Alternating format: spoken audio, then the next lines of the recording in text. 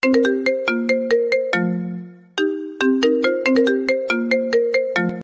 ছেলে, এদিকে আয়। আপনি কি আমাকে কিছু বলছেন? কেন, তোর কি মনে হচ্ছে আমি তোর বাবাকে কিছু বলছি নাকি?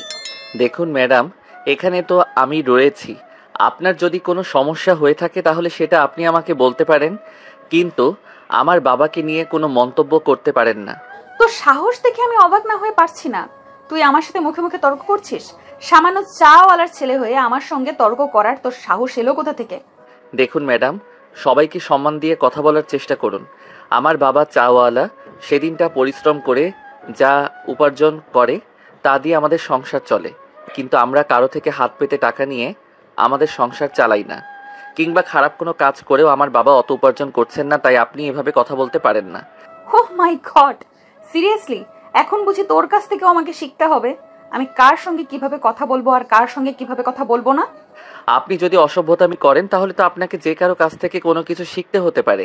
আর একটা কথা মনে রাখবেন, শিক্ষক গ্রহণ করার কিন্তু কোনো বয়স নেই। ও আচ্ছা, তাই নাকি? তাহলে তোরও একটা কথা খুব ভালোভাবে মাথায় ঢুকিয়ে নেওয়া উচিত, মার খাওয়ারও কিন্তু কোনো বয়স নেই। এই বলে প্রিয়াঙ্কা সেখান থেকে এগিয়ে এসে আশিকের গালে ঠাস ঠাস করে বেশ কয়েকটা চড় বসিয়ে দেয়। এদিকে আশিকও কম যায় না।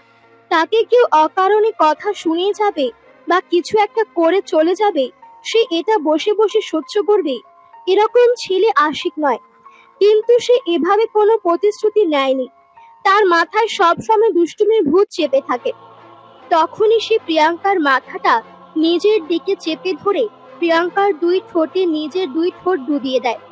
এদিকে এমন ঘটনায় প্রিয়াঙ্কা অনেকটাই অবাক হয়, কারণ তার সামনে দাঁড়িয়ে এভাবে কথা বলা কিংবা এরকম কোনো কাজ করার সাহস আজ পর্যন্ত কারোর হয়নি। বরাবরই সে তার বাবার আধিপত্যকে কাজে লাগিয়ে ক্ষমতার অপব্যবহার করে। এদিকে প্রায় 2 মিনিট পর আশিক প্রিয়াঙ্কার ঠোঁট দুটো ছেড়ে দেয়। তখনই প্রিয়াঙ্কা রাগে ফুসফুস করতে করতে বলতে থাকে, এই ছোট লোকের বাচ্চাদের এত বড় সাহস! তুই আমার ঠোঁটে কিস করেছিস? তোকে এত বড় সাহস কে দিয়েছে? চেক করে কথা বলেন ম্যাডাম, আমাকে কেউ কেন সাহস দিতে যাবে? আমি তো আপনার থেকেই শিখেছি। আপনি যখন অপরিচিত একটা ছেলেকে এভাবে ঠাস ঠাস করে গালের উপর কয়েকটা চড় বসিয়ে দিতে পারেন, তাহলে সেই ছেলেটা কেন আপনার ওই মিষ্টি চেহারার স্বাদ নিতে পারবে না?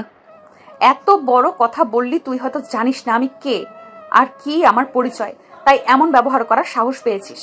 তবে চিন্তা করিস না, তোর বাবার এই ভাঙা চোরা টং দোকানটা যাতে এখানে না থাকে তার ব্যবস্থা আমি আজকের মধ্যেই করব, আর তারপর বুঝতে পারবি আমার সঙ্গে পাঙ্গা নেওয়ার ফল কতটা ভয়াবহ হয়।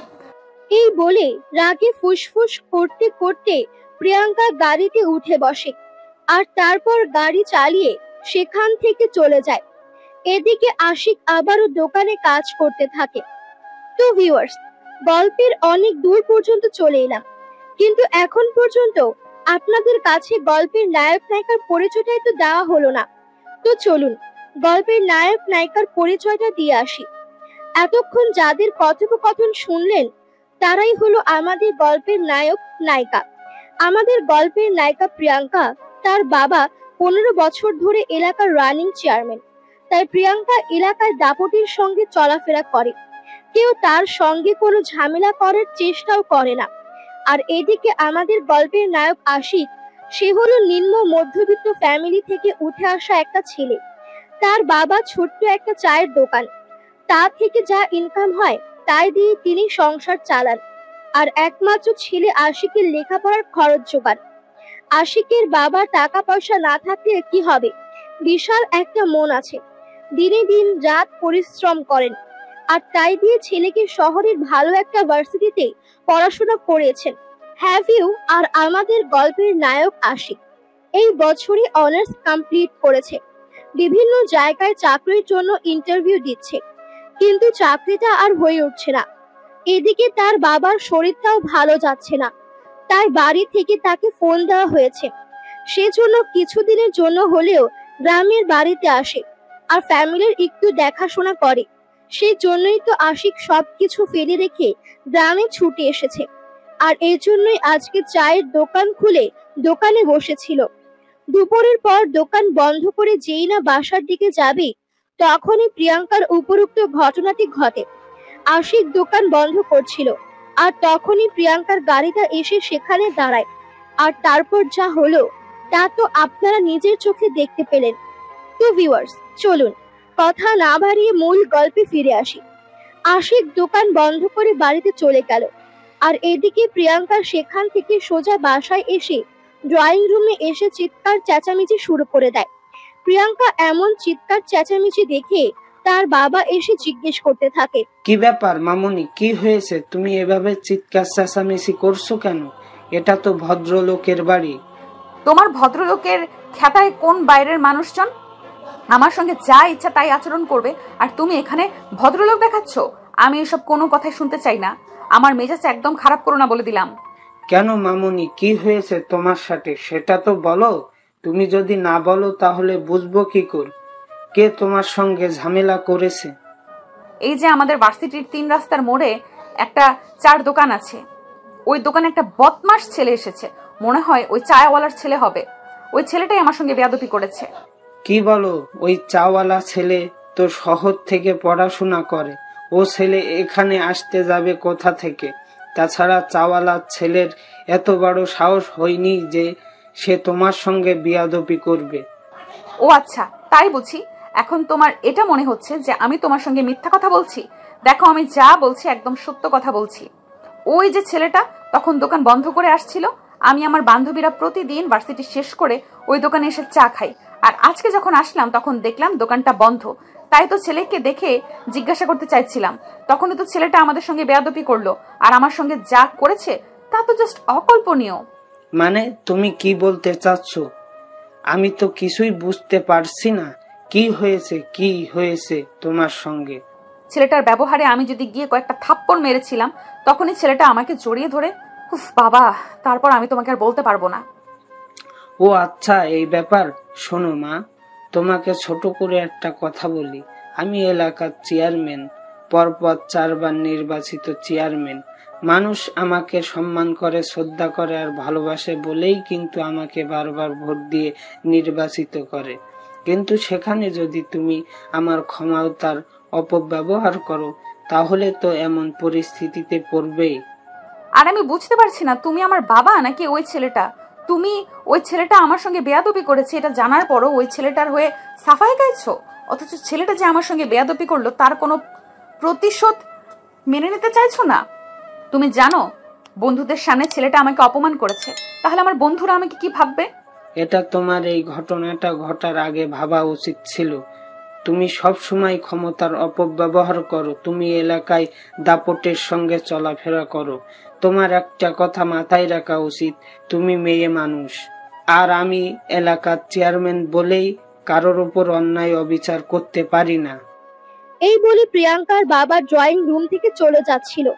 তখনই প্রিয়াঙ্কার বড় ভাই সেখানে এসে উপস্থিত হয় আর প্রিয়াঙ্কাকে উদ্দেশ্য করে বলতে থাকে, দেখ প্রিয়াঙ্কা, তুই বাবার ব্যবহারে অবাক হোস না, কারণ বাবা তো বরাবরই এরকম। আমাদের বাবা একজন চেয়ারম্যান। এলাকায় যদি দাপটের সঙ্গে চলাফেরা না করি তাহলে মানুষ আমাদেরকে কি মনে করবে? কিন্তু আমাদের বাবাকে তো আমরা সেটা বোঝাতে পারি না। আমাদের বাবা সব সময় সাধারণ মানুষের মতো চলাফেরা করতে চায়। হ্যাঁ ভাইয়া, তুই এটা একদম ঠিক কথাই বলেছিস। বাবা আমাদেরকে একটুও ঠিক মতো চলাফেরা করতে দেয় না।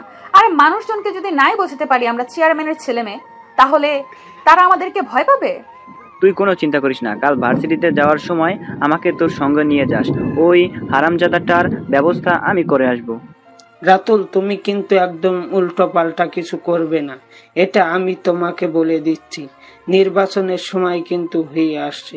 আশা করি এই সময় এলাকায় এমন কিছু করবে না যাতে আমার আগামী নির্বাচনে নির্বাচিত হতে কোনো ঝামেলায় পড়তে হয়। বাবা, তুমি সব বিষয় নিয়ে এত চিন্তা কেন করো বলো তো? এইটুকু সামান্য একটা চাওয়ালার ছেলে হয়ে আমার বোনকে অপমান করবে, এটা আমি মুখ ফুসকে সহ্য করব? এমন ভাই আমি নই। ওই চাওয়ালার ছেলেকে তো আমি বুঝিয়ে দেব আমার বোনের সঙ্গে বেয়াদবি করার ফল কতটা ভয়ঙ্কর হতে পারে। রাতুল, এখানে চাওয়ালা ছেলের একার দোষ নয়, তোমার বোনেরও দোষ আছে। তোমার বোন কেন ওকে প্রথমে চড় মারতে গেল? তোমার বোন যদি ওকে চড় না মারতো তাহলে তো আর এতটা ওভার রিয়েক্ট করতো না। তাই শাসন দিয়ে আগে কাউকে করতে হয়, সেটা তোমার বোনকেই করো। এই বলে প্রিয়াঙ্কার বাবা তখনই সেখান থেকে চলে গেল। আর এদিকে রাগে ফুসফুস করতে করতে তখনই প্রিয়াঙ্কা তার ভাইকে উদ্দেশ্য করে বলতে লাগলো, দেখলি তো ভাইয়া, আমাদের বাবা কেমন মানুষ। আমাকে যে অপমান করলো সেই কথাটা একবার চিন্তাও করলো না, অথচ চাওয়ালার ছেলের হয়ে তোকে আর আমাকে কথাগুলো শুনিয়ে দিয়ে গেল। যাই হোক, তুই কোনো চিন্তা করিস না, এই হারামজাদার ব্যবস্থা তো আমি করব, শুধু দেখতে থাক আমি কি করি। এই বলে প্রিয়াঙ্কা আর তার ভাই বেশ কিছুক্ষণ ড্রয়িং রুমে বসে গল্প গুজব করে আর তারপর নিজেদের রুমে চলে যায়। এদিকে আশিক দোকান বন্ধ করে বাড়িতে আসে দুপুরের খাবার খাওয়ার জন্য। যদিও তখন আর দুপুর ছিল না, বিকেল হয়ে গিয়েছিল। বাড়িতে প্রবেশ করা মাত্রই তার আম্মু তাকে বলতে লাগলো, কিরে বাবা, তোর আসতে এত দেরি হলো কেন? আমি না তোকে বলে দিয়েছিলাম দুপুরে খাওয়ার সময় হতেই তুই দোকান বন্ধ করে বাড়িতে চলে আসবি। আম্মু বললেই কি চলে আসা যায় নাকি? দোকানে কাস্টমার ছিল, কাস্টমার বিদায় না করে আমি আসি কি করে? এই তো মাত্র এই কাস্টমার বিদায় করলাম আর তারপরেই চলে আসলাম। আচ্ছা যাও, তুমি খাবার রেডি করো, আমি গোসল করে আসছি। এই বলে আশিক বারান্দা থেকে গামছাটা হাতে নিয়ে পুকুর পাড়ে চলে গেল গোসল করার জন্য। 10 মিনিট পর গোসল করে শরীর মুছতে মুছতে আবারও বাড়ির ভেতরে প্রবেশ করে। বারান্দায় তার আম্মু পাটি বিছিয়ে তার জন্য খাবার বেড়ে রেখেছিল। আশিক সেখানে আসছে, তার আম্মু তাকে খাবারের জন্য ডাক দেয়। আশিক শরীর মুছে কাপড় চেঞ্জ করে, তারপর খাবার খেতে চলে যায়। খাওয়া দাওয়া শেষ হলে বেশ কিছুক্ষণ নিজের রুমে শুয়ে শুয়ে বিশ্রাম নেয় আর তারপর সে তার বাবার সঙ্গে দেখা করতে যায়। তার বাবা তখন নিজের রুমে শুয়েছিল। আশিক তার বাবার পাশে গিয়ে বসে আর তারপরে বলতে থাকে, কি ব্যাপার আপু, তোমার শরীরের এখন কি অবস্থা? আমি ঠিক বলতে পারছি না রে বাবা, শরীরটা কেমন এমন হচ্ছে, আমার মনে হয় আমি আর বেশি দিন বাঁচবো না। চুপ করো, তুমি একদমই ফাজলামো মার্কা কথাবার্তা বলবে না। তুমি না থাকলে আম্মু আর আমার কি হবে সেই কথাটা একবার চিন্তা করে দেখেছো? ওরে পাগল ছেলে, আমরা মানুষটা সারা জীবন বেঁচে থাকে না, মৃত্যু স্বাদ সবাইকেই গ্রহণ করতে হবে, সেটা আমি কিংবা অন্য কেউ হোক কিংবা কোনো প্রাণী হলেও। হ্যাঁ, প্রকৃতির নিয়ম আমরা কেউ বদলাতে পারবো না, কিন্তু তাই বলে তুমি এখন এসব ফাজলামো মার্কা কথাবার্তা একদম বলবে না। আমি বড় চাচার সঙ্গে কথা বলেছি, আমাদের খালের পাড়ের ওই জমিটা বিক্রি করে তারপর তোমাকে ঢাকায় নিয়ে যাব চিকিৎসা করানোর জন্য। দেখ বাবা, একদম এসব কথা বলবি না। এইটুকু তুমি আমাদের শেষ সম্বল, এই জমিটা বিক্রি করে দিলে আমরা চলবো কি করে? ওইটুকু জমি থেকেই তো যতটুকু ধান চাষ হয় সেটা দিয়েই তো আমাদের খাওয়া চলে।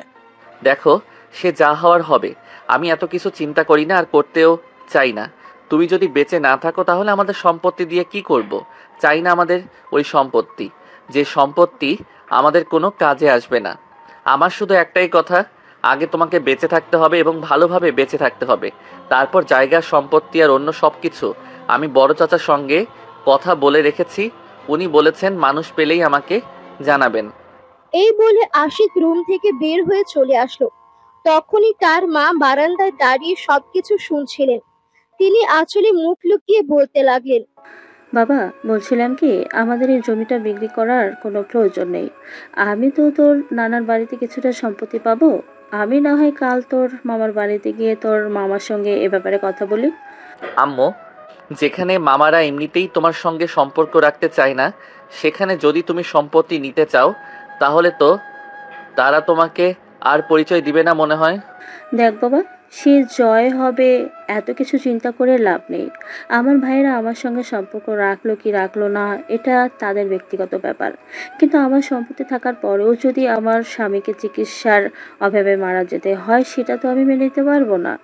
আমি কাল সকালে যাব তোর মামার বাড়ি। সে তোমার যা ভালো মনে হয় তাই করো, কিন্তু আমার মনে হয় সেখানে যাওয়াটা তোমার উচিত হবে না, তাই নিষেধ করলাম। এখন বাকিটা তোমার ব্যক্তিগত ব্যাপার। এই বলে আশিক দোকানের চাবিটা নিয়ে বাসা থেকে বের হয়ে চলে আসে। আর পরের দিন সকাল হতেই আশিকের আম্মু রান্না বান্নার কাজ শেষ করে বাবা ছেলের জন্য খাবার গুছিয়ে রেখে নিজের ভাইয়ের বাড়ির উদ্দেশ্যে রওনা দেন। এখানে পৌঁছাতে প্রায় দুপুর হয়ে এলো। বাড়িতে এসে পৌঁছাতেই তার ছোট ভাইপো এসে দৌড়ে দৌড়ালো আর বলতে লাগলো, পিপি এসেছে, পিপি এসেছে। ও পিপি, তুমি কি এনেছো আমার জন্য?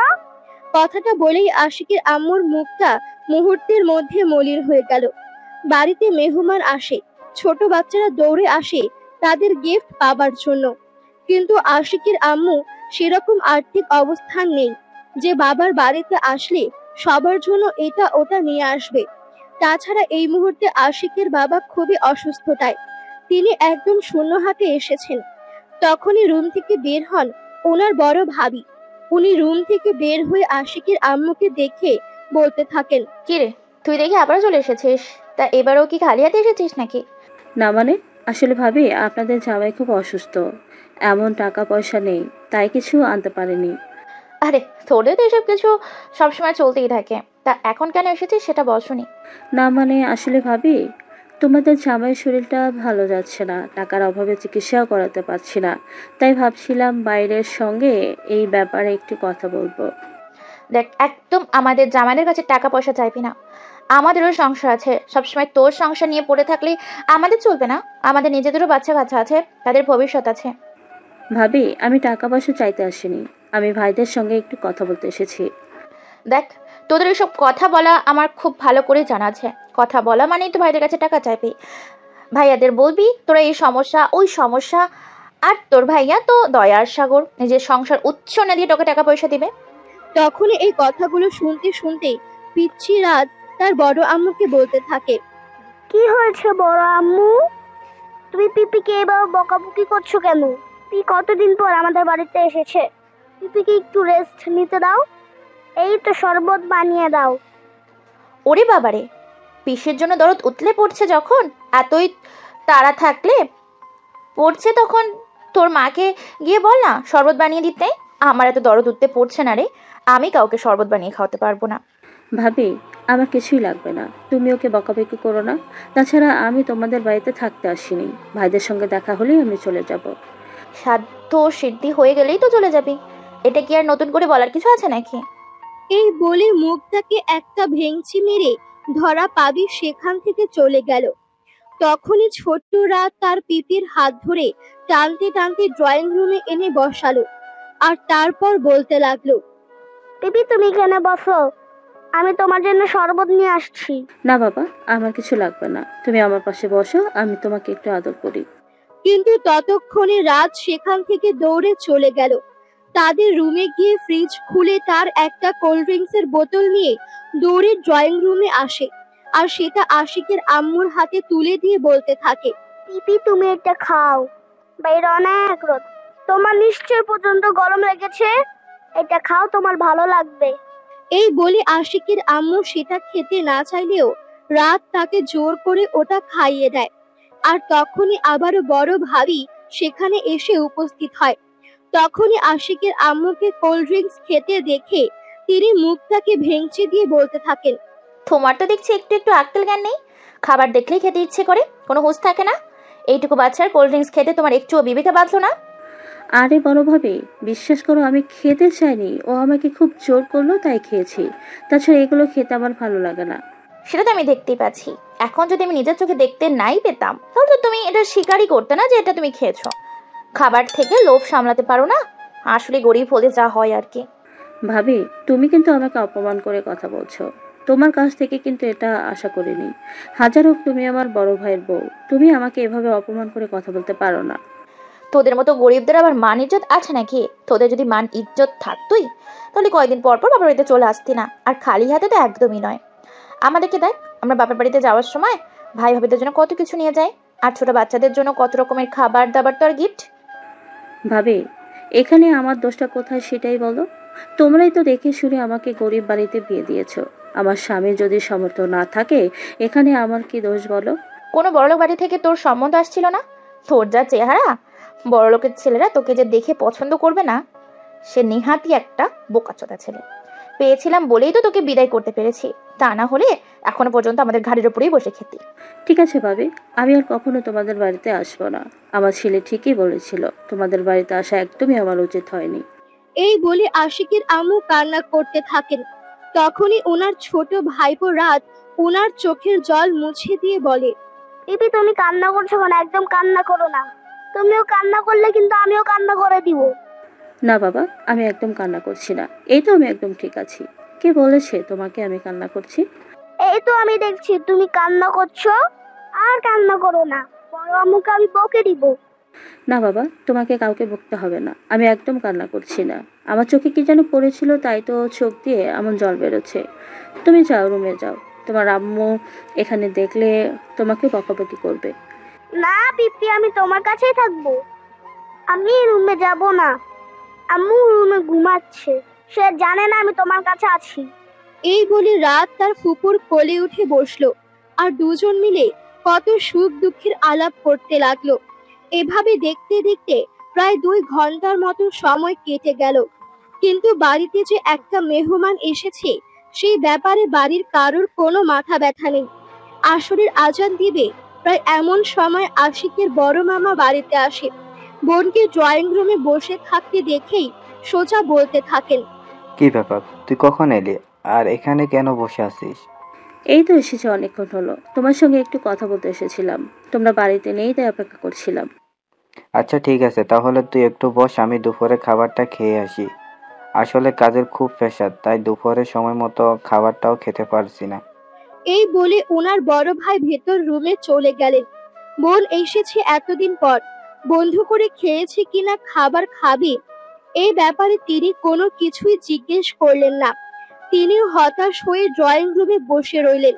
তার উপর ঘন্টা খানিক পর বড় ভাই আবারও ড্রয়িং রুমে আসলেন আর ওনাকে দেখে বলতে লাগলেন, কি রে, কি ব্যাপার, তুই দেখছি এখনো এখানে বসে আছিস, ভেতরে রুমে যাচ্ছিস? না, আসলে আমার এখানে ভালো লাগছে না। তাছাড়া তোমাকে তো বললাম আমি তোমার সঙ্গে একটা ব্যাপারে কথা বলতে এসেছি। ও হ্যাঁ বল, তুই যেন কি বলতে এসেছিলি, তবে তাড়াতাড়ি বল, আমার আবার সময় নেই। তাছাড়া তুই তো জানিস শহরের 2 ভাই মিলে 7তলা একটা ফ্ল্যাট করছি, সেখানে অনেক টাকা প্রয়োজন, তাই দিনরাত পরিশ্রম করে টাকা জোগাড় করছি। যাই হোক, তোকে তো আর এইসব কথা বলে কোনো লাভ নেই, তুই তো আর আমাদেরকে টাকা পয়সা দিয়ে সাহায্য করতে পারবি না। হ্যাঁ ভাইজান, আল্লাহ তাআলা তো আমাকে সেই সামর্থ্য দেয়নি যে আমি তোমাদেরকে টাকা পয়সা দিয়ে সাহায্য করব। যদি আল্লাহ কোনোদিন আমাকে সেই রকম সামর্থ্য দেয় তাহলে আমি অবশ্যই তোমাদেরকে টাকা পয়সা দিয়ে সহযোগিতা করার চেষ্টা করব। সেদিন কবে আসবে যেটা আল্লাহই ভালো জানে। যাই হোক, বাদ দে সেসব কথা, এখন বল তুই কেন এসেছিস, কি এমন দরকারি কথা যেটা বলতে একদম বাড়ি পর্যন্ত চলে আসতে হলো? না মানে ভাইজান, আসলে আপনাদের জামাইয়ের শরীরটা কয়দিন ধরে ভালো যাচ্ছে না। গ্রামে ডাক্তার দেখিয়েছি, সেরকম কোনো উন্নতি মনে হচ্ছে না। আশিকেরও তো কোনো ইনকাম নেই, কয়েক জায়গায় চাকরির জন্য গিয়েছে কিন্তু চাকরি হচ্ছে না। তাছাড়া আপনি তো জানেন আমাদের আর্থিক অবস্থা কেমন, তাই বলছিলাম আমাকে যদি কিছু টাকা দিতেন মানে বাবার সম্পত্তি থেকে, তাহলে ভালো হতো। হায় আল্লাহ, তুমি বোনের মুখ থেকে এই কথা শোনার আগে আমাকে উঠাই নিলে না কেন? বোনকে খাইয়ে পড়িয়ে মানুষ করলাম, বিয়ে শাদী দিলাম, আর এখন কিনা এসে বাবা সম্পত্তি ভাগ নিতে? এই বলেই ওনার বড় ভাই বিলাপ করতে শুরু করেন, একদম মহিলাদের মতো। তিনি বুঝতেই পারছেন না এখানে বিলাপ করার কি আছে, যেখানে তাদের বাবা বেঁচে থাকতে তাদের 3 ভাই বোনদের জন্য যথেষ্ট জায়গা সম্পত্তি রেখে গিয়েছেন, সেখানে তো তিনি ভাগ চাইতেই পারেন। এদিকে তখনই ওনার বিলাপ শুনে বাড়ির সবাই ড্রয়িং রুমে এসে উপস্থিত হয়। তখনই ওনার বউ ওনাকে উদ্দেশ্য করে বলতে থাকে, কি ব্যাপার, কি হয়েছে? তুমি এইভাবে মরা কান্না জুড়ে দিয়েছো কেন? আরে আমি যে দুধ কলা দিয়ে কালসাপ পুষেছি সেজন্য তো কান্না করতে হচ্ছে আমাকে। বোনকে খাইয়ে পড়িয়ে দিয়েছি, এখন কিনা বলেছে বাবার সম্পত্তি ভাগ দিতে। এই জন্যই তখন তোমাকে বলেছিলাম এসব কাল সাপকে পুষতে নেই, কাল সাপ পুষলে একদিন ছবল দিবে। ছোট ভাবিও সেম কথাই বলতে থাকে। এরকম অবস্থা দেখে আশিকের আম্মু তো একদম তাজ্জব বনে গেলেন, যেন এমন ব্যবহার করছে সবাই তার বাবা কানা করেও রেখে যায়নি, আর সে বাইরের শ্বশুর বাড়ি থেকে নিয়ে আসা সম্পত্তির উপর হস্তক্ষেপ করতে চাইছে, জোর করে তা ভোগ করতে চাইছে। তখনই আশিকের আম্মু বলতে থাকেন, দেখো তোমরা যে রকমটা করছো আমি সেরকমটা কিছুই বলিনি। আমি শুধু তোমাদেরকে এতটুকুই বলেছি যে আমাদের বাবা তো আমাদের 3 ভাই বোনের জন্য যথেষ্ট জায়গা জমি রেখে গিয়েছেন, সেখান থেকে আমাকে কিছুটা জায়গা বিক্রি করে আমার স্বামীর চিকিৎসার জন্য দিলে আশা করি তোমাদের সেরকম কোনো বড় ক্ষতি হবে না। তুমি কোন এককালে এসব কথা বলছো সেটা বুঝতে পারছি না আমি। তুমি জানলা না তোমার ভাইয়েরা তোমার বাবার রেখে যাওয়ার সম্পত্তি বিক্রি করে দিয়ে শহরে জায়গা কিনেছে আমাদের নামে, সেখানেই তোমরা বাসা করেছি। সে না হয় বুঝলাম, তাতে তো আমার কোনো সমস্যা নেই, তবে বাবার সম্পত্তিতে তো আমারও ভাগ রয়েছে। আমি তো আমার ভাগেরটা চাইতেই পারি। আমি তো আর তোমাদের থেকে কোনো কিছুই চাই না। এটা তো বলছি না তোমাদের ভাগের থেকে আমাকে দিয়ে দাও। আরে আমরা তো সবটাই একসঙ্গে বিক্রি করে দিয়েছি। আমরা কি জানতাম নাকি এত বছর পর তুই তো সম্পত্তির ভাগ নিতে আসবি? তার চাইতে বড় কথা হলো তোকে বিয়ে দিয়েছি, তোর স্বামী যা আছে তাই নিয়ে সন্তুষ্টি থাক না। দেখো, আমি সবটাই বুঝতে পারছি, কিন্তু তোমরা হয়তো জানো না, তোমরা আমাকে যার সঙ্গে বিয়ে দিয়েছো তার বসত ভিটাটাও ছাড়া আর কিছুই ছিল না। অনেক কষ্ট করে দুজনে অল্প একটু জমি কিনেছি, সেখানে আমরা ধান চাষ করি, আর সেটা দিয়ে আমাদের বছর পার হতে হয়। এই কথা শোনা মাত্রই আশিকের বড় মামি লাফিয়ে উঠে বলতে থাকে, দেখলে তো তোমার বোন কতটা লোভী, নিজের সম্পত্তি রেখে এসেছে ভাইয়ের সম্পত্তি হস্তক্ষেপ করতে, এসেছে বাবার সম্পত্তির ভাগ বসাতে। আমি আগেই বলেছিলাম তোমার বোন আসলেই একটা কালসাপ। দেখো ভাবি, তুমি কিন্তু এখন একদম বেশি বলে ফেলতেছো। আমি তোমাদের সম্পর্কে নিতে আসিনি, আমি আমার বাবার সম্পত্তি নিতে এসেছি, যেটাতে আমার হক রয়েছে। তাছাড়া আমার স্বামীর এতটাও সম্পত্তি নেই যেটা বিক্রি করে ওনার চিকিৎসা চালাবো আর আমাদের সংসারে চলবে। তখনই অপর পাশ থেকে ওনার বড় ভাই ওনাকে উদ্দেশ্য করে বলতে থাকে, দেখ, এত কথা বলে লাভ নেই। আমরা সম্পত্তি বিক্রি করে দিয়েছি, রয়েছে শুধু এই বাড়িটা।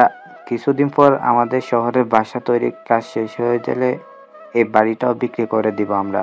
সারা জীবনের জন্য শহরে চলে যাব, আর কখনো আসবো না। ভাইজান, বিশ্বাস করেন আমার স্বামীর অবস্থা খুবই খারাপ, তাই আপনাদের কাছে এসেছি। তা না হলে এত বছরে যখন কিছুরই প্রয়োজন পড়েনি, এখনো প্রয়োজন পড়তো না। তাই আমি আপনাদেরকে অনুরোধ করে বলছি, আমাকে সম্পত্তি না হোক কিছু টাকা দিয়ে অন্তত সাহায্য করুন। দেখলে তোমার বোনের লোক কত, সেখানে শুনেছি আমাদেরই অনেক টাকার প্রয়োজন, সেখানে আবার নিজেই টাকা চাইছে। দেখো এবার দুধ কলা দিয়ে কালসাপ পুষলে মজাটা কতটা। নিজের স্ত্রীর কাছ থেকে এই কথা শুনে আশিকের মামা আশিকের আম্মুকে বলে, হ্যাঁ, তুমি একদম ঠিক কথাই বলেছ। আমার বোনের আক্কেল জ্ঞান দেখে আর বাঁচি না। তোকে তো বললাম আমাদের নিজেদেরই টাকা পয়সা নিয়ে নিজেদেরই অনেক টাকা প্রয়োজন, সেখানে তুই কোন আক্কেলে আমাদের কাছে টাকা চাইছিস সেটাই তো বুঝতে পারছি না। আমি আপনাদের কাছে টাকা চাইতে আসতাম না, তাছাড়া বিয়ে তো আর আজকাল হয় নাই। যদি আপনাদের কাছ থেকে টাকা অথবা সম্পত্তি নেওয়ার ইচ্ছেই থাকে তাহলে তো অনেকদিন আগেই আসতাম। নেহাত আমার স্বামীর অবস্থা খুবই খারাপ, তা না হলে আপনাদের কাছে কোনোদিনই আসতাম না। হ্যাঁ, সেটা তো খুব ভালোভাবেই বুঝতে পারছি। এখন যখন তুই দেখছিস আমাদের অবস্থা খুবই খারাপ, আমাদের নিজেদেরই অনেক টাকা পয়সার প্রয়োজন, সেখানে টাকা চাইছিস। তাছাড়া তোকে দোষ দিয়ে কি লাভ? মানুষের চরিত্র এরকম, কারোর উপকার করলে সে পিঠে ছুরি বসাবে, এটা স্বাভাবিক। মা বাবা যখন মারা গিয়েছিল তখন তুই খুবই ছোট ছিলি, আর তখন থেকে তোকে খাইয়ে পড়িয়ে মানুষ করছি, আর এখন কিনা তুই এসেছিস সম্পত্তির ভাগ নিতে। সত্যি তোর লজ্জা বলতে কিছু নেই। নিজের ভাইয়ের এখন অপমানে আশিকের আম্মু আর সহ্য করতে পারলেন না। তিনি কান্না করতে করতে তখনই ওই বাড়ি থেকে বের হয়ে এলেন। রাত আনুমানিক 9টা বাজে তিনি বাড়িতে এসে পৌঁছালেন। রুমের দরজা খোলা থাকায় তিনি আশিকের রুমে এসে বসেন। আশিক তার আম্মুকে দেখে বলতে থাকে, কি ব্যাপার আম্মু, কি হয়েছে? আমি তো কিছুই বুঝতে পারছি না। তুমি তো মামাদের বাড়িতে গিয়েছিলে, তাহলে এত রাত হলো কেন আসতে? রাস্তায় একটু ঝামেলা হয়েছিল, এর জন্য আসতে দেরি হয়ে গেছে। আমি তো তোদের জন্য খাবার করে রেখে গিয়েছিলাম। তোরা বাবা ছেলে খাবার খেয়েছিস না? খাবি? আব্বুকে খাবার খাইয়ে দিয়েছি। আমার একটা কল আসছিল, আমি কথা বলতে চলে এসেছিলাম। এখন গিয়ে খাবো, তুমিও চলো আমার সঙ্গে খাবে। আচ্ছা ঠিক আছে, তোকে আর কোনো কষ্ট করতে হবে না। তুই একটু বস, আমি হাত মুখ ধুয়ে আসি, তারপর মা ছেলে দুজনে একসঙ্গে বসে খাবার খাবো। এই বলে আশিকের আম্মু ভোর কাটা খুলে রেখে পুকুর পাড়ে চলে যান হাত মুখ ধোয়ার জন্য। হাত মুখ ধুয়ে বেশ কিছুক্ষণ পর খাবার রেডি করে আশিককে ডেকে নেন, আর তারপর দুজনে মিলে একসঙ্গে বসে খাবার খাওয়া শুরু করেন। খাবার খাওয়ার মাঝে হঠাৎ করে আশিক তার আম্মুকে বলে ওঠে, তা কি ব্যাপার আম্মু, তুমি তো কিছুই বললে না। আমাদের বাড়িতে যে জন্য গিয়েছিলে সেটা কি হয়েছে না হয়নি? ছেলের এমন কথায় তিনি কোনো জবাব দেন না, চুপচাপ 2 ফোঁটা চোখের জল ছেড়ে দেন। তখনই আশিক বুঝতে পারে, তাই সে বলতে থাকে, কোনো ব্যাপার না আম্মু, তুমি একদম মন খারাপ করো না। আমাদের যে জমিটা আছে ওটাই বিক্রি করে বাবার চিকিৎসা চালাবো। তারপর আল্লাহ কপালে যা রেখেছে তাই হবে। এত কিছু চিন্তা করে কোনো লাভ নেই। হ্যাঁ বাবা, এটা তুই একদম ঠিক বলেছিস। আমাদের কপালে যেটা আছে সেটাই হবে, এত চিন্তা করে কোনো লাভ নেই। কিন্তু এখন তোর বাবার চিকিৎসা করাতে হবে, এটাই সবচাইতে বড় কথা। আমাদের এখন চারপাশে কি হচ্ছে না হচ্ছে সেই সব কিছু নিয়ে চিন্তা করলে তোর বাবাকে হারিয়ে ফেলতে হবে। হ্যাঁ আম্মু, এসব কিছু চিন্তা করলে চলবে না। আমি বড় চাচাকে বলেছি, তিনি বলেছেন খদ্দের পেলেই আমাকে জানাবেন। আর জমিটা বিক্রি হয়ে গেলে আব্বুকে শহরে নিয়ে ডাক্তার দেখাবো। এই বলে কথার প্রসঙ্গ পাল্টে নিয়ে মা ছেলে মিলে খাবারটা খেয়ে নিল আর তারপর যে যার রুমে গিয়ে ঘুমিয়ে পড়ল। পরের দিন সকালবেলা যত নিয়মে আশিক চায়ের দোকান খুলল। সকাল আনুমানিক 9টার মতো বাজে। হঠাৎ করেই দোকানের সামনে দুইটা গাড়ি এসে দাঁড়ানো। আশিক কিছুই বুঝতে পারল না। তখনই দেখতে পেল গত পরশুদিন যে মেয়েটার সঙ্গে সে ঝামেলা করেছিল সেই মেয়েটা প্রথম গাড়ি থেকে নামলো আর তার পেছনের গাড়ি যে বেকা ছেলে পেলে। আশিক কোনো দেশে বসতে না পেরে দোকান থেকে বের হয়ে দোকানের সামনে গিয়ে দাঁড়ালো। আর তখনই প্রিয়াঙ্কা গাড়ি থেকে নেমে তার ভাইয়াকে উদ্দেশ্য করে বলতে লাগলো, ভাইয়া, ওই যে দেখো, ওই যে বজ্জাতের বংশধর, এই ছেলেটাই ছিল সেদিন। ও আচ্ছা, এই ব্যাপার, ঠিক আছে, কোনো সমস্যা নেই। তুমি এখানে চুপচাপ দাঁড়িয়ে থাকো আর দেখো বজ্জাতের হাঁটির কি অবস্থা আমি করি। এই বলে আশিকের দিকে এগিয়ে আসলো রাতুল সহ তার সাঙ্গপাঙ্গ সব কয়টা। আশিক তখনও সেখানে চুপচাপ দাঁড়িয়ে আছে। রাতুল এগিয়ে এসে আশিকের শার্টের কলার চেপে ধরে, এটা দেখে আশিকের মেজাজ একদম তুঙ্গে উঠে যাচ্ছিল। তারপরও সে নিজেকে কন্ট্রোল রেখে বলতে লাগলো, কি ব্যাপার ভাই, কি হয়েছে? আপনারা এইভাবে আমার শর্টের কলার চেপে ধরেছেন কেন? কোনো কথা বলার ইচ্ছা থাকলে চুপচাপ দাঁড়িয়ে নয়, তবু আমার দোকানে এসে বসে তারপর বলেন। কথাটা বলতেই রাতুল সহ তার সাঙ্গা পাঙ্গা সব কথা হেসে উঠল আর বলতে লাগলো, তোর মতো গরিব ভিখারি ফকিন্নির চায়ের দোকানে এসে আমরা বসবো? এটা তুই ভাবলে কি করে? নেহাত তোর চায়ের দোকানটা আমার বোনের ভার্সিটির সামনে, তাই আমার বোন মাঝে মধ্যে এখানে চা খেতে আসে, কিন্তু তুই থাকলে তো সেটা কখনোই আসতো না। তোর বাবা এখানে চায়ের দোকানে বসে, তাই তো আমার বোন মাঝে মধ্যে এখানে আসতো। দেখুন ভাই, আমরা গরিব হতে পারি কিন্তু ফকিন্নি বা ছোট লোক কোনোটাই নই। কারণ আমরা নিজে ইনকামের পয়সায় চলি না, ওর পয়সায় চলি না, তাই আপনি এভাবে কথা বলতে পারেন না। ও আচ্ছা, তোর কথা শুনেই বোঝা যাচ্ছে তুই বেয়াদবের চাইতেও আরো বেশি কিছু। আমার বন্ধু শুধু বলেছিল তুই বেয়াদব, এখন তো দেখছি তুই বেয়াদবের গোষ্ঠী। দেখুন ভাই, আপনার সঙ্গে সেভাবে আমার চেনা চেনা কথাবার্তা কোনোটাই নেই, তাই আমি আপনার সঙ্গে ঝামেলায় যেতে চাই না। আপনি কি বলতে চান শান্ত হয়ে বসে তারপর আমাকে বলুন। আমি আপনার কথা শুনছি, কিন্তু এমন কিছু করবেন না যেন আপনার মতো আমি উত্তেজিত হতে বাধ্য হই। ওরে বাবারে বাবা, তুই উত্তেজিত হবি আর সেটা আমাকে ভয় দেখাচ্ছিস নাকি? শোন, আমি রাতুল কাউকে ভয় পাই না, তোর যা করার করতে পারিস, আই ডোন্ট কেয়ার। এখন এটা বল, সেদিন আমার বোনের সঙ্গে বেয়াদবি কেন করেছিস? আপনার কেন এটা মনে হচ্ছে যে আমি আপনার বোনের সঙ্গে বেয়াদবি করেছি? আপনার বোন কি আমার সঙ্গে বেয়াদবি করেনি? আপনার বোন যদি সেদিন নিজের থেকে আমার সঙ্গে বেয়াদবি না করতো তাহলে আমি তো কখনোই তার সঙ্গে ঝামেলা করতে যেতাম না। তাই আপনার আগে আপনার বোনকে এই কথাটা জিজ্ঞাসা করা কিংবা বলা প্রয়োজন ছিল, কারণ আপনার বোন একটা মেয়ে মানুষ, আর মেয়ে মানুষের এত ফুটানি দেখানো একদমই ভালো নয়। দেখো তো ভাইয়া, এই ছোট লোকের বাচ্চার কথার ছিরি, সে আমাকে বলছে এইসব কথা, আর তুমি এখানে দাঁড়িয়ে দাঁড়িয়ে সব সহ্য করছো। হ্যাঁ তাই তো, তোর সাহস দেখে আমি অবাক না হয়ে পারছি না। তুই আমার সামনে দাঁড়িয়ে আমার বোনকে এভাবে কথা বলছিস, আর যখন এখানে কেউ ছিল না তখন না জানি তুই কি করেছিস।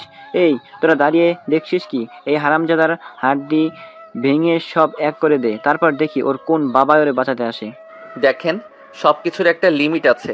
সেদিন আপনার বোন আমার সঙ্গে বেয়াদবি করেছে, আর আজকে আপনি যা ইচ্ছে তাই করছেন। আমরা গরিব হতে পারি, কিন্তু অন্যায় সহ্য করার মতো ছেলে কিন্তু আমি নই, এটা মাথায় রাখবেন। তখনই রাতুল চিৎকার দিয়ে তার সাঙ্গ পাঙ্গদের বলতে থাকে, কি হলো, তোরা এখন এখানে দাঁড়িয়ে আছিস কেন? তোদেরকে কি জন্য নিয়ে এসেছি? কাজ করছিস না কেন? তখনই রাতুলের সঙ্গে আসা ছেলেগুলো, ঠিক আছে ভাই, এই কথা বলি আশিকের উপর ঝাঁপিয়ে পড়ে আর তাদের হাতে থাকা লাঠি দিয়ে আশিককে আঘাত করতে চায়। কিন্তু আশিক ততক্ষণে তাদের সব কয়টাকে পরাস্ত করে নেয়। আশিক গ্রামের সাধারণ ছেলে হতে পারে, তবে সে অতটাও দুর্বল নয় যতটা দুর্বল হলে কেউ সহজেই তার উপর অন্যায় অত্যাচার করতে পারবে। তাই আশিক নিজে মার খাওয়ার বদলে সব কয়টাকে মেরে একদম হেনস্থা করে দেয়। এটা দেখে তো প্রিয়াঙ্কা অনেকটাই ভয় পেয়ে যায় আর তার ভাইকে বলতে থাকে, আরে ভাইয়া, তুমি এখানে কেন দাঁড়িয়ে আছো? তুমি যাও না, এটাকে মেরে পুঁতে দাও। দেখলে তো ছেলেগুলোকে কিভাবে মারছে। এইদিকে রাতুলের অবস্থা একদম প্যান্ট ভিজে যাওয়ার মতো। তার সঙ্গে আসা এতগুলো ছেলেকে আশিক মেরে তক্তা বানিয়ে দিয়েছে। এখন সে যদি আশিকের সামনে যায় তাহলে আশিক তাকে কি করবে সেটাই তো ভেবে পাচ্ছে না। কিন্তু তারপরও অপমানিত হয়ে ফিরে যাওয়া চলবে না। তাই রাতুল ঘুরে দাঁড়িয়ে আশিককে উদ্দেশ্য করে বলতে থাকে, তোর তো দেখছি সাহস কম না, তুই আমার বন্ধুদেরকে মেরেছিস, এর পরিণাম কি হবে এটা তুই একবার ভেবে দেখেছিস? লোকে তো 14 শিখের ভাত খাইয়ে ছাড়বো, আর তারপর বুঝতে পারবি মজা। চেষ্টা করতে পারেন কিন্তু কিছুই করতে পারবেন না আমি মনে করি, কারণ এখানে অন্যায়ভাবে আপনারা আমাকে মারতে এসেছিলেন আর আমি নিজের আত্মরক্ষার জন্য এদেরকে প্রতিহত করেছি। তাই এটা আমার অপরাধ নয়, আত্মরক্ষা প্রত্যেকটা প্রাণীর দায়িত্ব এবং কর্তব্য, আর আমি সেটাই করেছি। ও আচ্ছা, তাই নাকি? তাহলে ঠিক আছে, দাঁড়া, তোর ব্যবস্থা আমি নিজে করছি। এই বলে রাতুল আশিকের দিকে এগিয়ে গেল। তাকে যেই না নাক বরাবর একটা ঘুষি দিতে যাবে তখনই আশিক হুট করে সরে গেল আর রাতুলের হাতটা আশিকের পেছনে থাকা কারেন্টের খুঁটিতে লেগে যায়। একদম রাতুলের হাতের তালু হাড় সব কটা ভেঙে যায়। রাতুল তখনই চিৎকার দিয়ে মাটিতে পড়ে গড়াগড়ি করতে থাকে। প্রিয়াঙ্কা কোনো রকমে রাতুলকে গাড়িতে উঠিয়ে সেখান থেকে নিয়ে হসপিটালে চলে যায়। এদিকে আশিক ওদেরকে মেরে ক্লান্ত দোকানের সামনে রাখা বেঞ্চে বসে পড়ে। তখনই তার আম্মু সেখানে আসে আর তাকে এভাবে ঘামতে দেখে বলতে থাকে, কি ব্যাপার, কি হয়েছে? তুই এইভাবে ঘামছিস কেন? তোর কি শরীর খারাপ লাগছে নাকি? নাম ও সেরকম কোনো ব্যাপার নয়, আমি একদম ঠিক আছি। আসলে তোমাকে বলা হয়নি, সেদিন চেয়ারম্যানের মেয়ে এসেছিল আমার দোকানে এসে আমার সঙ্গে বেয়াদবি করে, আর আজ তার ভাইকে নিয়ে এসেছিল আমাকে মারার জন্য, আর আমি ওদেরকে একটু উত্তম মধ্যম দিয়ে দিয়েছি। আরে বাবা, কি বলিস এসব? ওরা তো অনেক প্রভাবশালী লোক, তুই কেন শুধু শুধু ওদের সাথে ঝামেলা করতে গেলি? এখন যদি ওরা ওদের বাবাকে সব ব্যাপারে বলে দেয় তখন কি হবে? জানিস আমাদের যে এই যে এখানে চাষের দোকানটা আছে এটাও হয়তো থাকবে না। সে থাকলে থাকবে, না থাকলে নাই, আমি অত কিছু চিন্তা করি নাই। তোমাদের কেউ এত কিছু চিন্তা করতে হবে না, কপালে যা আছে তা তো হবেই। তবে অন্যায় তো আর মুখ বুজে সহ্য করতে পারি না। তোমরা অন্তত আমাকে এই শিক্ষাটা দাওনি যে কেউ আমার চোখের সামনে অন্যায় করে যাবে আমি ওকে ছেড়ে দেব। আমার সামনে দাঁড়িয়ে আমার সঙ্গে কেউ অন্যায় করলে তাকে এর প্রতিদান দিতেই হবে, তাকে আমি এভাবে ছেড়ে দিব না কখনোই। আরে বাবা, সে না হয় বুঝলাম, কিন্তু জায়গা বুঝি এটা সবকিছুর ব্যবহার করতে হবে। কিছু হবে না আম্মু, এত চিন্তা করার কিছুই নেই। ওরা অন্যায় করবে আর ওদেরকে শাস্তি তো পেতেই হবে। সে চেয়ারম্যানের মেয়ে হোক আর এমপির মেয়ে হোক, আমি কাউকে ভয় পাই না, আর আমি কোনো অন্যায়ও করিনি, তাই আমার ভয় পাওয়ার কোনো কারণ নেই। এই বলে আশিক তার আম্মুকে শান্ত করে। তার আম্মু তার জন্য সকালের খাবার নিয়ে এসেছিল। আসলে সকালবেলা যেহেতু অনেক ভোরে আশিক দোকানে চলে আসে তাই খাবার খাওয়া হয় না, আর প্রতিদিনই সকাল 10টার দিকে তার আম্মু তার জন্য খাবার নিয়ে আসে, আর আজকেও সেটাই হয়েছে। আশিক তার মায়ের হাত থেকে খাবারের বাটিটা নিয়ে তার মাকে আবারও বাড়িতে পাঠিয়ে দেয়, আর তারপরও নিজে বসে বসে খাবারটা খেয়ে নেয়। আর এইদিকে হসপিটালে গিয়ে প্রিয়াঙ্কা তার বাবাকে ফোন করতে থাকে। 2-3 বার কল দেওয়ার পর তার বাবা ফোনটা রিসিভ করে আর অপর প্রান্ত থেকে বলতে থাকে, কি ব্যাপার, কি হয়েছে?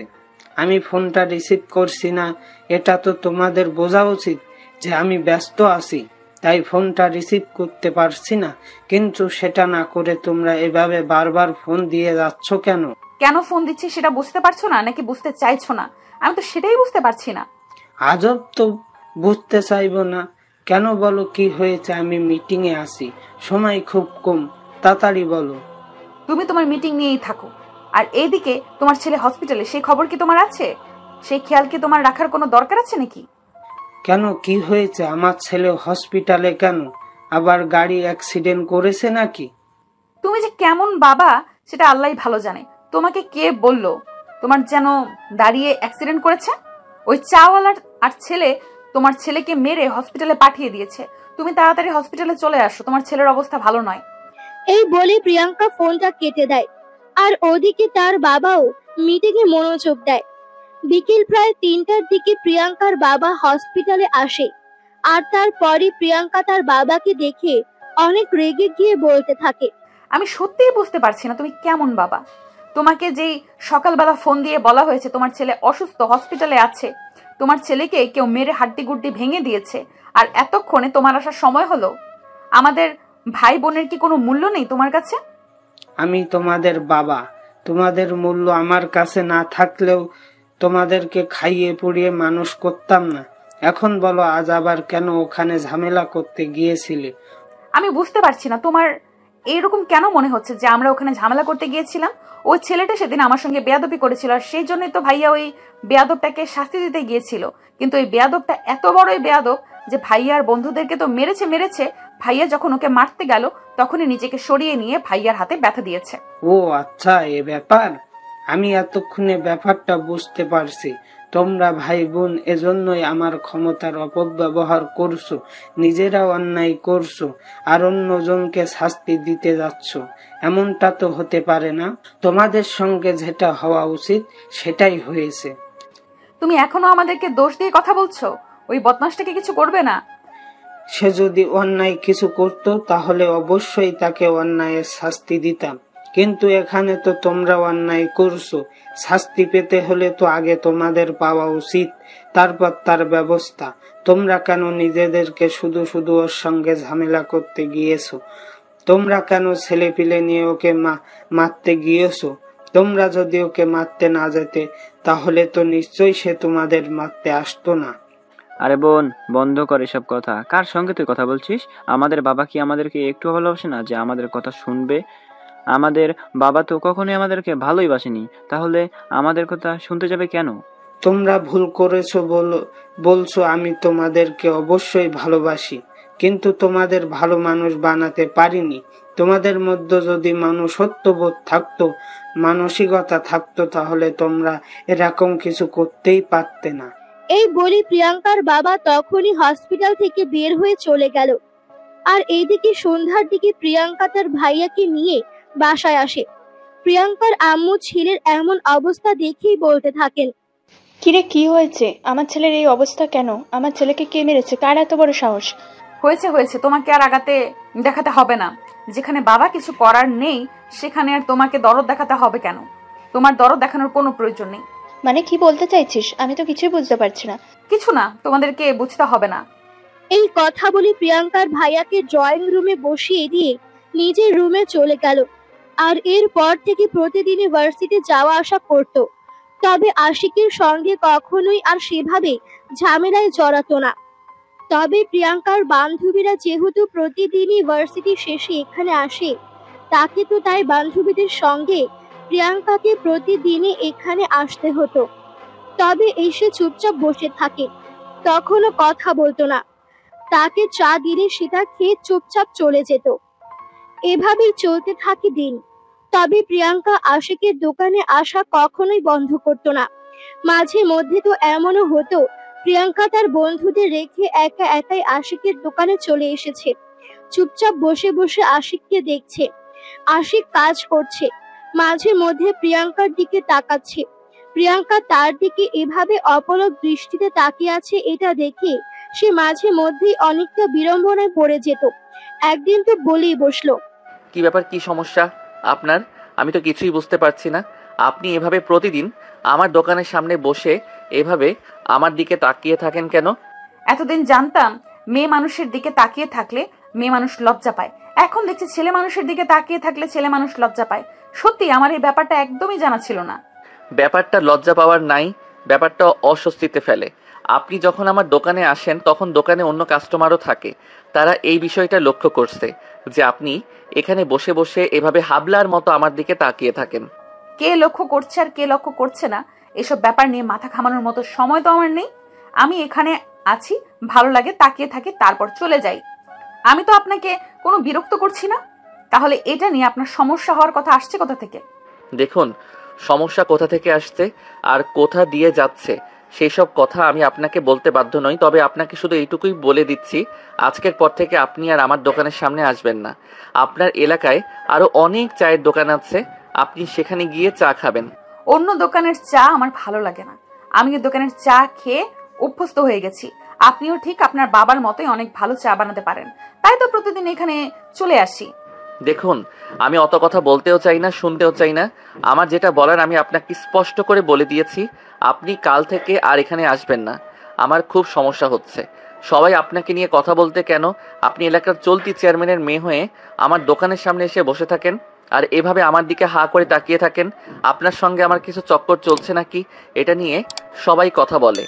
তাহলে কে আপনাকে আর আমাকে নিয়ে সমালোচনা করে? আপনি তাদের নামটা আমাকে বলে দিন, তাদের বন্দোবস্ত আমি করব। এটা নিয়ে আপনাকে চিন্তা করতে হবে না। তবে এখানে আসা আমার কেউ বন্ধ করতে পারবে না। এখানে আসতে আমার ভালো লাগে, আমি মনে শান্তি খুঁজে পাই। এখানে আমি আসবই, কেউ সেটা বন্ধ করতে পারবে না। এই বলে প্রিয়াঙ্কা সেখান থেকে চলে গেল। সেই দিন রাত 9টার দিকে দোকান বন্ধ করে আশিক বাসায় যায়। আর তখনই তার মোবাইলে একটা কল আসে।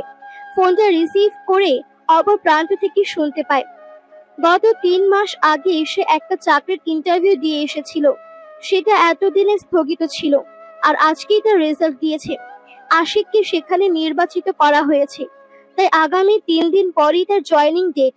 খবরটা শুনে খুশি হয় আর দৌড়ে গিয়ে তার আম্মুকে খবরটা দেয়।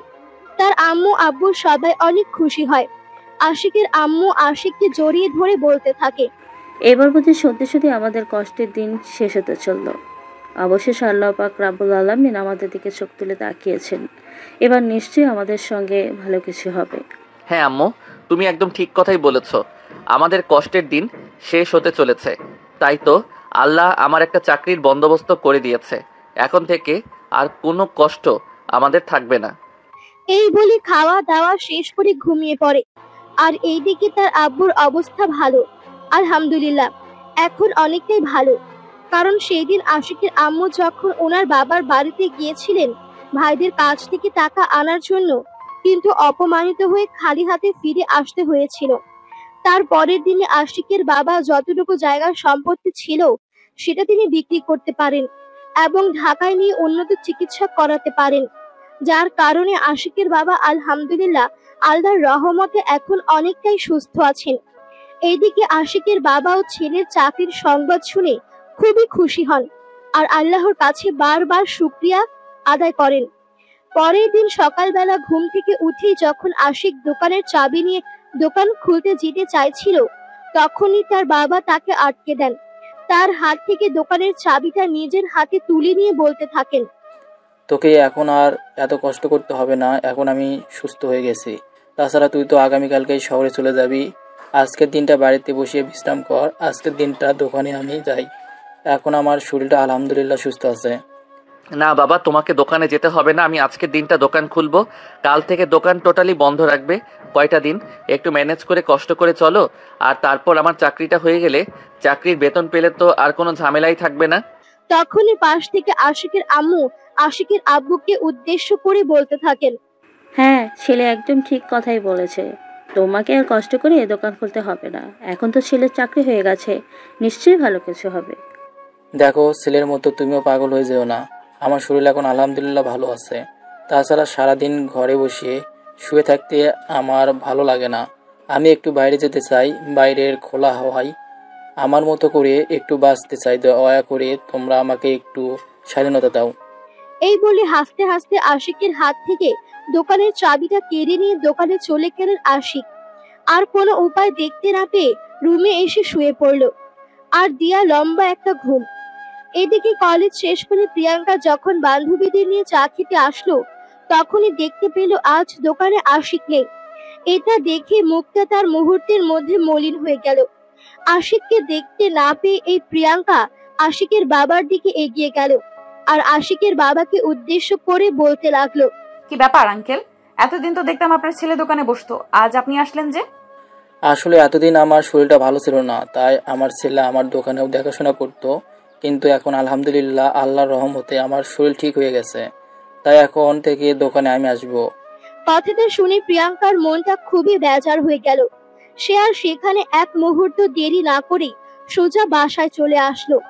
তার বান্ধবীরা সবাই তার আচরণে অনেকটা অবাক হলো, কিন্তু কেউ তাকে কোনো প্রশ্ন করার সাহস পেল না।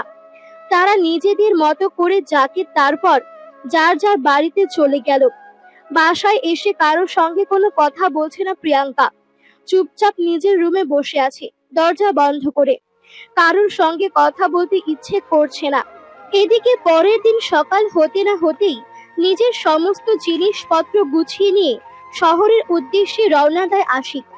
ফোন দাদাকে ঢাকায় এসে পৌঁছায়, আর তারপর সেই চিরচেনা ম্যাচের রুমে। সেখানে তার কিছু ভার্সিটির বন্ধুরা থাকতো। অনেকদিন পর আশিক ঢাকায় ফিরে এসেছে, এটা দেখে সবাই অনেক খুশি হয়, আর সবাই আশিককে নিয়ে অনেক আনন্দ করতে থাকে। এদিকে প্রিয়াঙ্কার মধ্যে আনন্দের ছিটে ফোঁটাও নেই, বরঞ্চ সে তো আহাকার নিয়ে বেঁচে আছে এমন বলা চলে। পরের দিন ভার্সিটিতে না যাওয়াতে প্রিয়াঙ্কার আম্মু প্রিয়াঙ্কাকে জিজ্ঞেস করে, কি ব্যাপার, কি হয়েছে তোমার? আমরা তো কিছুই বুঝতে পারছি না। আজ দুদিন ধরে তোমার ভীষণ মন খারাপ, আর কলেজেও যাচ্ছ না। যে তুমি কিনা কখনোই ক্লাস মিস করো না, সে আজ দুদিন হয়ে গেল কোনো কারণ ছাড়াই কলেজে যাচ্ছ না নাকি? কি হয়েছে বলো না শুনি। আমার আবার কি হবে? আমার কিছুই হয়নি, আমি একদম ঠিক আছি। প্লিজ তোমরা এখান থেকে চলে যাও, আমাকে একটু একা থাকতে দাও, আমি একা থাকতে চাই। মেয়ের কাছ থেকে এমন কথা শুনে কিছুটা চিন্তিত হন প্রিয়াঙ্কার আম্মু। তবে মেয়েকে কোনো প্রশ্ন করার সাহসটুকু তিনি পান না, কারণ তিনি খুব ভালো করেই জানেন প্রিয়াঙ্কা প্রচন্ড রাগী। সে যখন বলেছে সে একা থাকতে চায়, তখন তাকে কোনো প্রশ্ন করলে এতে হিতের বিপরীত হতে পারে। তাই এখান থেকে চুপচাপ চলে যাওয়াই ভালো। এভাবে একদিন, 2 দিন, 3 দিন, পুরো 1 সপ্তাহ পার হয়ে গেল। প্রিয়াঙ্কা রুম থেকে তেমন একটা বের হয় না। তাকে খাবার খাওয়ার জন্য খাবার টেবিলে ডাকলেও সে তেমন একটা খাবার টেবিলে আসে না। মন চাইলে খাবার খায়, নয়তো নাই। এভাবেই চলছে দিনগুলো। প্রিয়াঙ্কার শরীর অনেকটাই শুকিয়ে গেছে। ফ্যামিলির সবাই তার সঙ্গে অনেকবার কথা বলার চেষ্টা করলেও প্রিয়াঙ্কা কারোর সঙ্গে সেরকম কোনো কথা বলছে না, কাউকে খুলে তো কথা বলছেই না। এদিকে প্রিয়াঙ্কার এমন অবস্থা দেখে ফ্যামিলির সবাই অনেক বেশি চিন্তিত হয়ে পড়েছে প্রিয়াঙ্কার কি হয়েছে সেটা জানার জন্য। কিন্তু কিভাবে জানবে? একজন মানুষ যদি নিজের দিকে তার ব্যাপারে কোনো কথা না বলে, তাহলে তাকে দিয়ে তো আর জোর করে কোনো কিছু করানো যায় না। প্রিয়াঙ্কার কাছেও ঠিক সেরকমই মনে হচ্ছে। সবাই অনেক চেষ্টা করছে, কিন্তু কেউ কোনো কিছু বলাতে পারছে না। অপরদিকে আশিক তো নতুন চাকরির জায়গায় এসেছে। নতুন নতুন চাকরির সবকিছুই খুব ভালোই চলছে। নতুন অফিস, নতুন সহকারী, সবাই খুবই ভালো। সবাই আশিকের সঙ্গে খুবই ভালো আচরণ করে। তাছাড়া সবচাইতে মজার ব্যাপার হলো, আশিক যেখানে চাকরি নিয়েছে সেখানে তার প্রথম মাসিক স্যালারি প্রায় 50,000 টাকার মতো ধরা হয়েছে।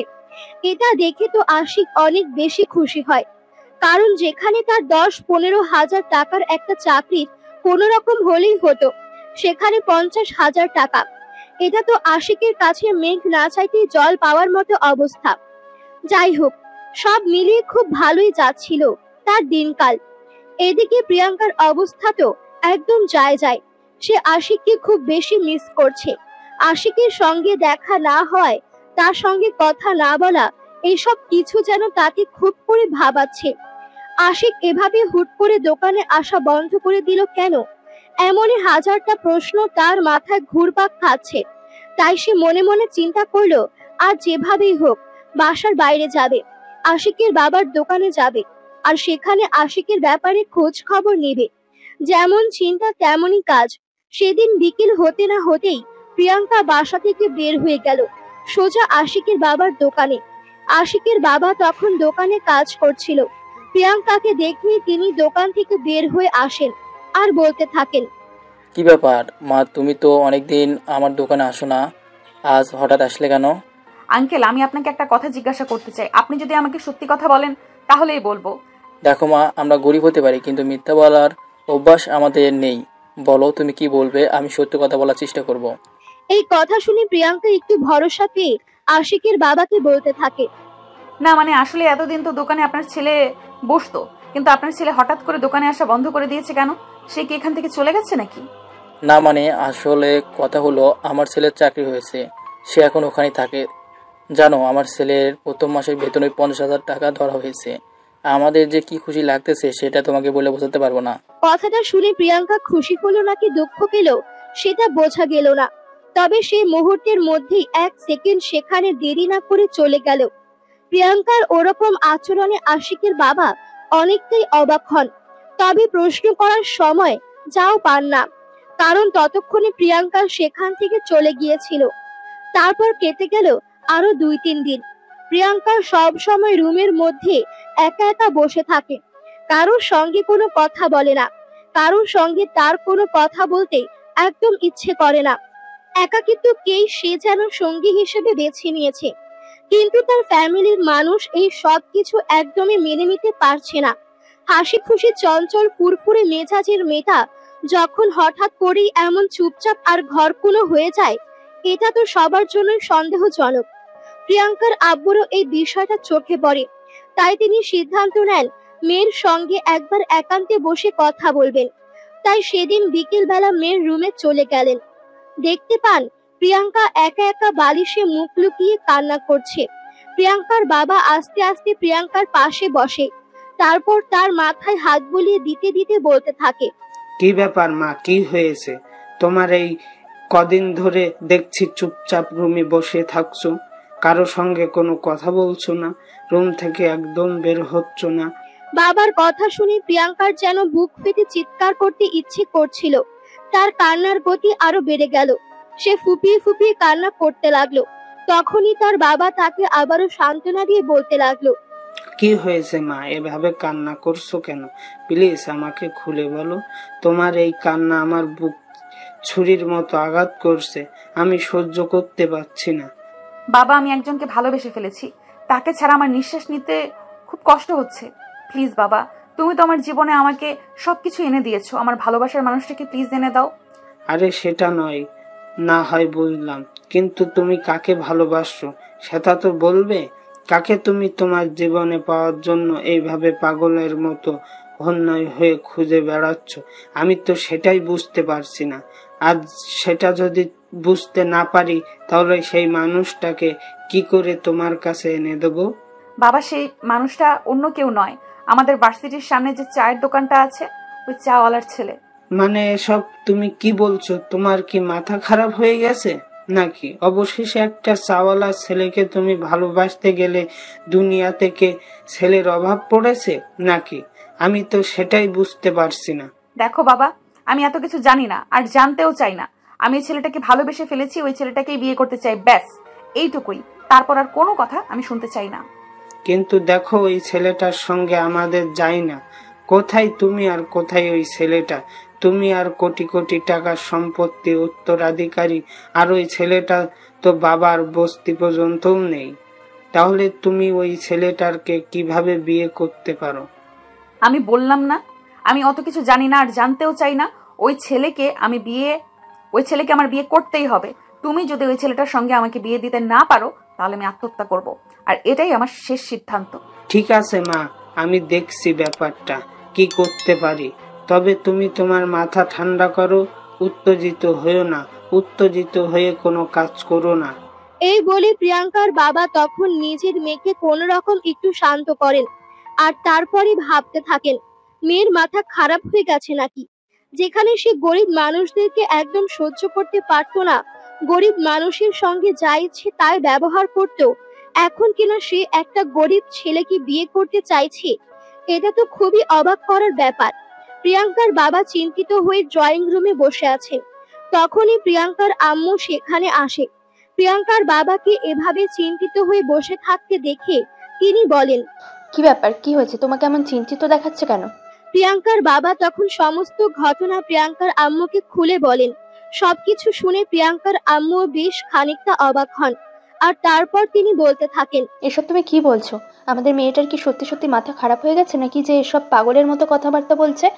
আমিও তো সেটাই বুঝতে পারছি না। তবে কি সত্যি সত্যি আমাদের মেয়েটার মাথা খারাপ হয়ে গেল নাকি? যেসব পাগলের মতো কথাবার্তা বলছে বুঝতে পারছি না আমি কি করব। তোমার এত কিছু চিন্তা ভাবনা আপা বোঝার কোনো প্রয়োজন নেই। তুমি এক্ষুনি ছেলেটার সঙ্গে কথা বলার চেষ্টা করো।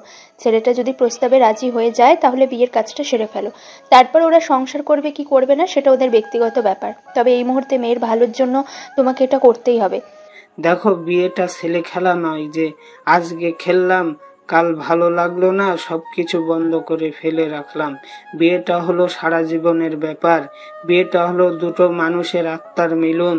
আরে তুমি অনেক কথা বলেছো, আর কোনো কথা শুনতে চাই না। তোমাকে যেটা বলেছি সেটাই করতে হবে, আর কোনো কারণে না হোক, আমাদের মেয়ের ভালোর জন্য হলেও। বেশ কিছুক্ষণ চুপ করে থাকেন প্রিয়াঙ্কার বাবা, আর তারপর হঠাৎ করে ড্রয়িং রুম থেকে বের হয়ে যান। সোজা আশিকের বাবার দোকানের সামনে এসে দাঁড়ান। আশিকের বাবা হঠাৎ করে এলাকার চেয়ারম্যান সাহেবকে ওনার দোকানের সামনে দেখে খানিকটা অবাক হন। দোকান থেকে বের হয়ে এসে সালাম দিয়ে বলতে থাকেন, আসসালামু আলাইকুম চেয়ারম্যান সাহেব, আজ হঠাৎ গরিব খানায় পা পড়লো যে? ওয়ালাইকুম আসসালাম। আজ আমি আপনার কাছে চেয়ারম্যান হইয়া নয়, একজন মেয়ের বাবা হয়ে এসেছি। আপনার কাছে আমার একটা রিকোয়েস্ট আছে। আরে চেয়ারম্যান সাহেব, আপনি এভাবে বলছেন কেন? কি হয়েছে খুলে বলুন না। সেদিন আপনার মেয়েকেও দেখলাম হঠাৎ করে আমার দোকানে আসলো, আমাকে আমার ছেলের ব্যাপারে জিজ্ঞাসা করলো। যখন বললাম আমার ছেলে শহরে চাকরি হয়েছে, কথাটা শোনা মাত্র আপনার মেয়ে আর কোনো কথা না বলেই চুপচাপ এখান থেকে চলে গেল। কি হচ্ছে এসব? আমি তো কিছু বুঝতে পারছি না। তখনই প্রিয়াঙ্কার বাবা আশিকের বাবাকে উদ্দেশ্য করে বলতে থাকেন, হচ্ছে তো সেটাই, যেটা আপনি বুঝতে পারছেন না। তো চালু আমরা বসে কথা বলুন। এই বলে প্রিয়াঙ্কার বাবা আশিকের বাবাকে নিয়ে দোকানের সামনে একটা বেঞ্চে বসে পড়েন। তারপর প্রিয়াঙ্কার বাবা হঠাৎ করে আশিকের বাবার হাত দুটো ধরে বলতে থাকেন, দেখুন, আমি সত্যি একটা অনুরোধ নিয়ে এসেছি। আপনি আমার অনুরোধ রাখবেন কি রাখবেন না এটাই তো বুঝতে পারছি না। কারণ প্রত্যেকটা মানুষেরই আলাদা আলাদা অভিরুচি আছে, প্রত্যেকটা মানুষেরই আলাদা আলাদা রকম চাহিদা আর মনের ইচ্ছা আছে। দেখুন চেয়ারম্যান সাহেব, আমি সত্যি বুঝতে পারছি না আপনি কি বলতে চাইছেন আর কি হতে চলেছে। তবে আপনি যদি আমাকে কিছু বলার ইচ্ছা রাখেন তাহলে বলে ফেলতে পারেন, আমি কিছু মনে করব না। আর আমি সেরকম মানুষও না, এটা আপনি খুব ভালো করে জানেন। তাই কি বলতে চান নির্দ্বিধায় বলতে পারেন। দেখুন, আমি কিভাবে শুরু করব সেটাই ভেবে পাচ্ছি না, তবে না বলেও কোনো উপায় নেই। আমার মেয়ে আপনার ছেলেকে পছন্দ করে আর ভালোবাসে, তাই একজন মেয়ের বাবা হওয়া সত্ত্বেও আপনার ছেলের সঙ্গে আমার মেয়ের বিয়ের প্রস্তাব নিয়ে এসেছি। আরে এসব আপনি কি বলছেন? আপনার দেখছি সত্যি সত্যি মাথা খারাপ হয়ে গেছে। আপনার মেয়ে বিয়ে করবে আমার ছেলেকে, এটা অসম্ভব, অকল্পনীয়। এটা সত্য এবং এটাই বাস্তব। আমার মেয়ে আপনাকে ভালোবাসে। আপনার ছেলে এখান থেকে চলে যাওয়ার পর দিন থেকে সে খাওয়া দাওয়া ঘুম সবকিছু ছেড়ে দিয়েছে। সেদিন আপনার কাছে আপনার ছেলের ব্যাপারে জিজ্ঞাসা করতে এসেছিল। আজ যখন জানতে পারলো আপনার ছেলে এখান থেকে চলে গেছে, তখনই সে মন খারাপ করে এখান থেকে চলে যায়। তারপর খাওয়া দাওয়া ঘুম একদম যেন তার জন্য হারাম হয়ে গেছে। আমি জানি আপনি একজন বাইরের মানুষ হয়ে এই কথাগুলো বিশ্বাস করবেন না, তবে একজন বাবা হিসেবে আমাকে এসব চোখের সামনে তিলে তিলে শেষ হতে দেখতে আমি আর পারছি না। প্লিজ, আমি আপনাকে অনুরোধ করছি, এটা মেনে নিন। দেখুন, আমি আপনাকে এখনো কথা দিতে পারছি না, কারণ এটা আমার ছেলের সারা জীবনের ব্যাপার। তবে আমি আমার ছেলের সঙ্গে এই ব্যাপারে কথা বলবো। আমার ছেলে যদি আপনার মেয়েকে বিয়ে করতে রাজি হয় তাহলে কোনো আপত্তি থাকবে না। এই বলে তারা দুজনে কথা বলা শেষ করেন। আর ছেলে মেয়ে দুজনে বিয়েতে রাজি থাকলে তারা বিয়ের ব্যবস্থা করবেন, এমনটাই সিদ্ধান্ত নেন। সেদিন বিকেলে বাড়িতে এসে আশিকের আব্বু আশিককে ফোন দিয়ে সবকিছু জানান। আশিক প্রথমে ব্যাপারটা মজার ছলে নিলেও পরে ব্যাপারটা বিশ্বাস করে আর প্রিয়াঙ্কার বিয়ে করতে রাজি হয়ে যায়। আজ আশিক আর প্রিয়াঙ্কার বিয়ের কাজটা ধুমধামের সঙ্গে অনুষ্ঠিত হয়েছে। আর সমস্ত নিয়ম কানুন পালন করার পরেই প্রিয়াঙ্কাকে আশিকদের বাড়িতে নিয়ে আসা হয়েছে। আশিক প্রিয়াঙ্কাকে বিয়ে করতে রাজি হয়েছিল ঠিকই, তবে তার শর্ত ছিল এটাই যে সে কখনো ঘর জামাই থাকবে না, কারণ তার মনে হয়েছিল এটা প্রিয়াঙ্কার নিচে কি মনের খেলা। যখন আশিক তাকে এরকম কোনো শর্ত দিবে তখন সে নিজের থেকে এসব পাগলামো বন্ধ করে দিয়ে চলে যাবে। এ কারণ প্রিয়াঙ্কা বড়লোক বাবার একমাত্র মেয়ে, সে কখনোই গরিবের বাড়িতে এসে থাকতে পারবে না। তবে প্রিয়াঙ্কার সাথে যা ভুল প্রমাণিত করে দিয়ে এটাতে রাজি হয়ে গেল। এই মুহূর্তে প্রিয়াঙ্কা আশিকের রুমে বসে আছে। রাতের খাওয়া দাওয়া হয়ে গেছে অনেকক্ষণ আগেই। প্রিয়াঙ্কাদের বাড়ি থেকে যত মেহমান এসেছিল তাকে বিদায় দেওয়ার জন্য তারাও চলে গেছে। বাড়িতে এই মুহূর্তে শুধু আশিকের বাবা মা, আশিক আর প্রিয়াঙ্কা, এই চারজন মানুষ। আশিক তার বাবা মায়ের সঙ্গে বসে কিছুক্ষণ গল্পগুজব করে আর তারপর আনুমানিক রাত 11টার দিকে রুমের দিকে পা বাড়ায়। রুমে আসছে। এই প্রিয়াঙ্কা বিছানা থেকে নেমে গিয়ে আগে দরজাটা বন্ধ করে দেয় আর তারপর আশিকের পা ছুঁয়ে সালাম করতে যায়। তখনই আশিক তাকে আটকে যায় আর তার হাত দুটো ধরে বলতে থাকে, তুমি না আমায় ভালোবাসো, তাহলে আমার পা ছুঁয়ে সালাম করতে যাচ্ছ কেন? ভালোবাসার মানুষের জায়গা পায়ে নয়, বুকে হয়। এই বলে আশিক প্রিয়াঙ্কাকে নিজের বুকের সঙ্গে মিশিয়ে নেয় আর এটা দেখে প্রিয়াঙ্কার দুই চোখ দিয়ে অবরত জল পড়তে থাকে। তবে এই জল কোনো কষ্টের নয়, এই জল কাউকে কাছে পাওয়ার আকাঙ্ক্ষা নয়, এই জল কোনো কিছু হারিয়ে ফেলার নয়। এই জল হলো ভালোবাসাকে আপন করে পাওয়া। এই চোখের জল খুশিতে ঝরছে। প্রিয়াঙ্কা এভাবে কান্না করছে, এটা দেখে আশিক বলতে থাকে, কি ব্যাপার? কি হলো? তুমি কান্না করছো কেন? আজ তো তোমার সব থেকে সুখের দিন। আজকে তোমার হাসি খুশি আর সবার থেকে বেশি আনন্দে থাকার কথা। হ্যাঁ, আমি তো আনন্দেই আছি। আজ আমার চাইতে খুশি আর কেউ নেই। আর যে চোখের জল দেখতে পাচ্ছ সেটা কষ্টের নয়, এটা আনন্দের। আজ তোমাকে পেয়েছি, সেই আনন্দের। ও তাই নাকি? তাহলে তো খুবই ভালো। তাহলে চলো না একটু T20 খেলি। আরে যা, দুষ্টু একটা। বলেই আশিকের বুকে মুখ লুকায় প্রিয়াঙ্কা আর আশিক তখনই তাকে পাজা কোলে তুলে নিয়ে বিছানার উপর শুইয়ে দেয়। আর তারপর কি হলো সেটা তো সবারই জানা। আরে ভিউয়ার্স, আপনারা এখনো এখানে রয়ে গেছেন? আরে বাড়ি চলুন, এবার তো বিদায় হন। অন্যের বাসর দেখতে নেই, তাহলে কপালে বউ চুটবে না। সুপ্রিয় ভিউয়ার্স, আমাদের আজকের গল্পটা আপনাদের কাছে কেমন লেগেছে